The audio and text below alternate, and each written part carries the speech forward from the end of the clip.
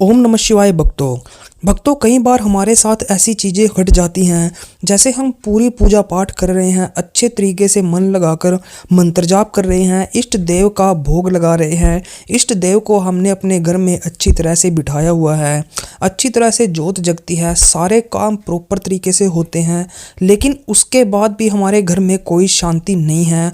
हर दिन लड़ाई झगड़े क्लेश चलता रहता है, काम भी बंद हो चुके हैं, हर जगह से जो है क्लेश हमारे घर में बढ़ चुका है। इतनी पूजा पाठ करने के बाद भी आखिर ऐसा क्यों हो रहा है?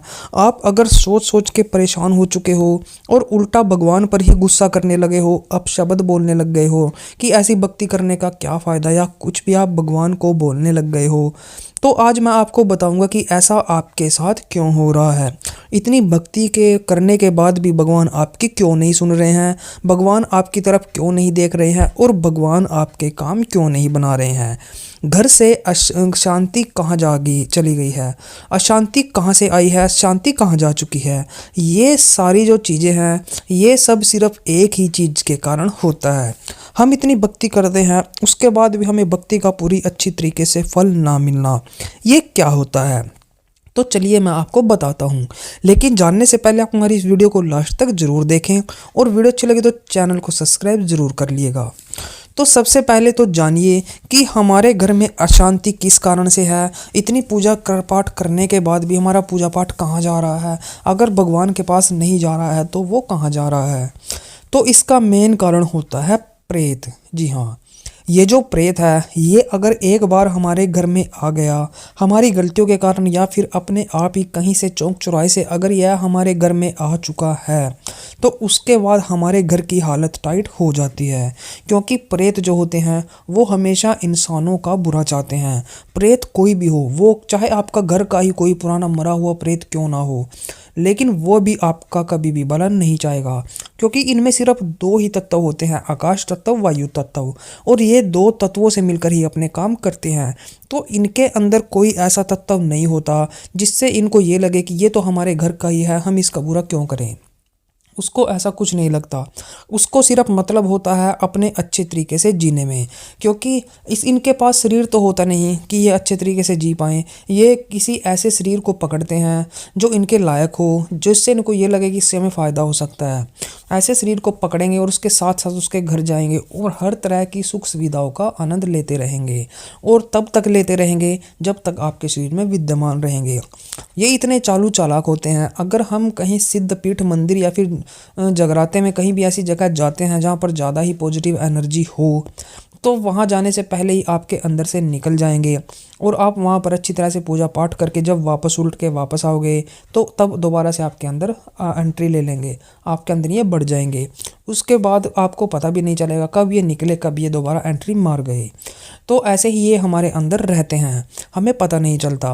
पता कब चलता है? जब हमारे घर में क्लेश, हमारे घर के जो साधन है वो ख़राब हो जाना, हमारे घर की हर चीज मतलब हर तरीके से हालत बिगड़ जाना।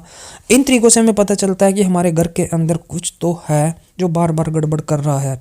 अचानक 99% पर काम सही आता है और 100% पर जब आने ही वाला हो तो काम बिगड़ जाते हैं। ये सब घर में प्रेत के लक्षण होते हैं। अब हम इतनी पूजा पाठ करते हैं तो उसके बाद भी प्रेत हमारे घर में कैसे हो सकता है? तो मैं आपको बता दूं, हो सकता है। प्रेत आपके घर में बिल्कुल हो सकता है।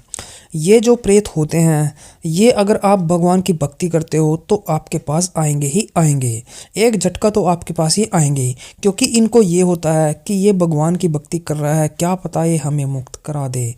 क्योंकि अगर आप भगवान की भक्ति करते हो और अगर आप तुलसी के पौधे में हर रोज़ पानी देते हो, अब आप एक दिन उसमें पानी दे रहे हो और गलती से भी उस पानी का एक आध छींट उस प्रेत को अगर छू गया तो प्रेत की मुक्ति हो जाती है।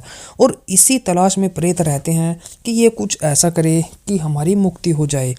कई प्रेत मुक्ति चाहते हैं, कई प्रेत मुक्ति नहीं चाहते। हर किस्म का प्रेत होता है। तो ये हमारे घर ऐसे ही रहते हैं। उसके बाद हम पूजा पाठ करते हैं। पूजा पाठ करने का जो सारा फल होता है वो प्रेत लेता रहता है। प्रेत सारे पूजा पाठ का फल खींच लेता है। ऐसा नहीं होता कि वो नहीं खींचता, वो सारा फल खींचेगा। लेकिन जब उस प्रेत की उम्र पूरी हो जाएगी और उसकी मुक्ति हो जाएगी तो वो जो पूजा पाठ उसने आपसे छीन रखा था वो आपको वापस मिल जाता है। ऐसी बात नहीं कि वापस नहीं मिलता, आपका करा हुआ आपको वापस मिल जाता है। लेकिन इतना वो वहाँ पर रहता है, इतना आपके घर में तांडव चलता रहता है। तो इस चीज़ से आपने जानना है कि भगवान की भक्ति करने के दौरान भी अगर हमें इतने संकट आ रहे हैं तो इसके पीछे क्या कारण है। अब आप इसको कैसे दूर करते हो, तो आपको अपनी भक्ति की थोड़ी सी लाइन को चेंज करना पड़ेगा। वो कहते हैं ना कि अगर दूसरे गियर में कार नहीं चल रही है तो गियर शिफ्ट करके तीसरा लगा लो या पहले में लगा सकते हो। ऐसे ही आपको अपनी ज़िंदगी की भक्ति का गियर जो है वो शिफ्ट करना है। शिफ्ट कैसे करना है, अगर आप इष्ट देव की पूजा कर रहे हो तो वो आप नॉर्मल कर रहे हो। अब आपको जो पूजा करनी है वो करनी है अपने घर से प्रेत को निकालने के लिए। तो घर से प्रेत निकालने के लिए जो पूजा होती है वो भी मैं आपको बता देता हूँ। सबसे पहले तो आप एक काम कीजिए, आप अपने घर के अंदर सारी जगह पे गंगा जल छिड़क के उसको पवित्र कर लें। उसके बाद आपने थोड़ी सी पीली सरसों लेनी है, थोड़ी सी गूगल लेनी है और थोड़ा सा लोबान। इन 3 चीज़ों की आपने धुनी सुबह और शाम को अपने घर के अंदर लगातार देनी है। इतना आप संकल्प लेके पूजा करोगे। संकल्प लेके पूजा का मतलब ये है कि आपने 21, 41 या फिर 11 ऐसे दिनों का संकल्प लेना है। उदाहरण के तौर पर अगर आप 11 दिन का संकल्प लेके चल रहे हो तो आपने वो धुनी 11 दिन तक देनी है। पूजा क्या रहेगी, आपने हनुमान जी की पूजा करनी है। जी हाँ, हनुमान जी जो है वो अष्ट सिद्धि 9 निधि के दाता हैं और भूत प्रेत तो उनके आसपास भी नहीं फटकते। तो आपको हनुमान जी का जो बजरंग बाण होता है उसका पाठ घर में करना होगा।